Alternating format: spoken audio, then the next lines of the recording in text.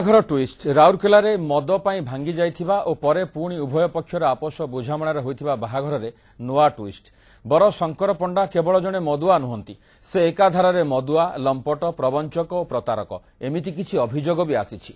गत संध्यारे टांगरपाली थाना रे बरणमाला अदल बदल होई बाहाघर होइथिबा बेले आज आसीछि संगीन अभियोग। शंकर पूर्वरु विवाहित एवं तांको स्त्री मासकर गर्भवती थिबा दाबी करुछंती।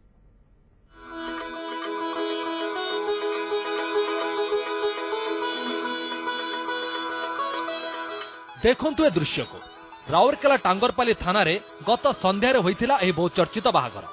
बरर निशा छाड़िबा परे बरपक्ष और कन्या पक्षक मध्यरे आपस बुझामणा होई संध्यारे बरणमाला अदल बदल करथिले बरकन्या। ए थिला दृश्य नंबर 1। एबे देखंतु दृश्य नंबर 2। एठी भी बाहागर। एबे दुईटी जाक बाहागर को देखंतु कोन देखुचंती बर जणे और कन्या दुई जण ना दुईटी जाक बाहागर रे बरंकर पगड़ी और शेरवानी समान। हाँ ए हेउचंती राउरकेलार सेही बहुचर्चित मदुआ बर शंकर पंडा। जनवरी 27 तारिख रे कौनसी एक मंदिर रे शंकर पंडा ए युवती को भी बाहा होइचंती। ता पूर्वरु गत वर्ष नवेम्बर 17 तारिख रे एमानकर होइथिला कोर्ट मैरेज। ए हेउची तार कपी। आ सुनंतु निजको शंकर को प्रथम स्त्री दाबी करुथिबा युवती कोन कहउचंती आ कोर्ट मैरेज रे साक्षी थिबा युवती को मां कोन कहउचंती। 17 नवंबर को शादी किया था।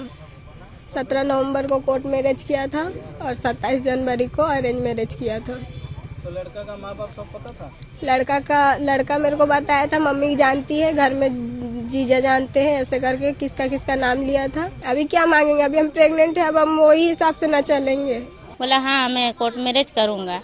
तो आपका जो नवंबर 17 को कोर्ट मैरिज कराया था और जनवरी इधर 27 को हम अरेंज मैरिज कराए थे।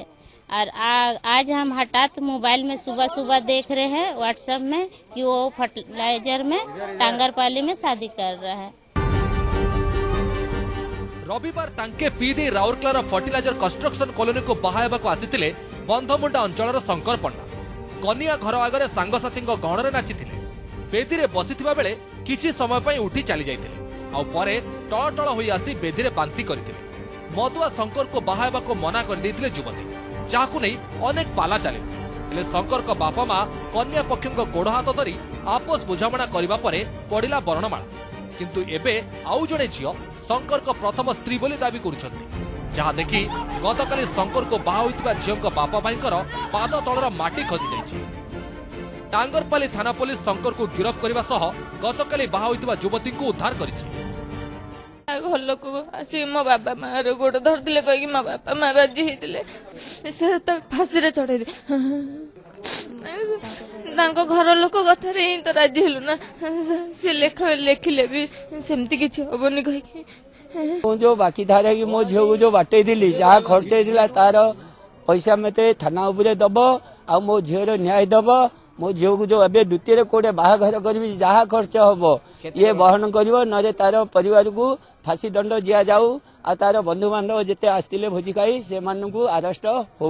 पूर्व जहाँ सहित बह करते से निजर से बाहाघर समय फोटोग्राफ और विभिन्न डॉक्यूमेंट सब देखा आम तार तर्जमा करके आम आईन अनुसार विहित कार्यानुष्ठान नबू। यही सब जिन जना पड़ा आम बरर कन्यार पिता और भाई को लेकिन कन्या को नहीं आसु और बरर मझिया भाई को नहीं आसु अधिक पचरा चलती। शंकर पंडा को एसबु कार्य सहयोग करथिबा तांको भाई सुदाम पंडा और भाउजों को मध्य पुलिस अटक रखिछि। बर शंकर हाजत भितरे आ चिंतारे दुई झियों परिवार। राउरकेला कैमरा पर्सन बाबी पाल अशोक दास, न्यूज 7।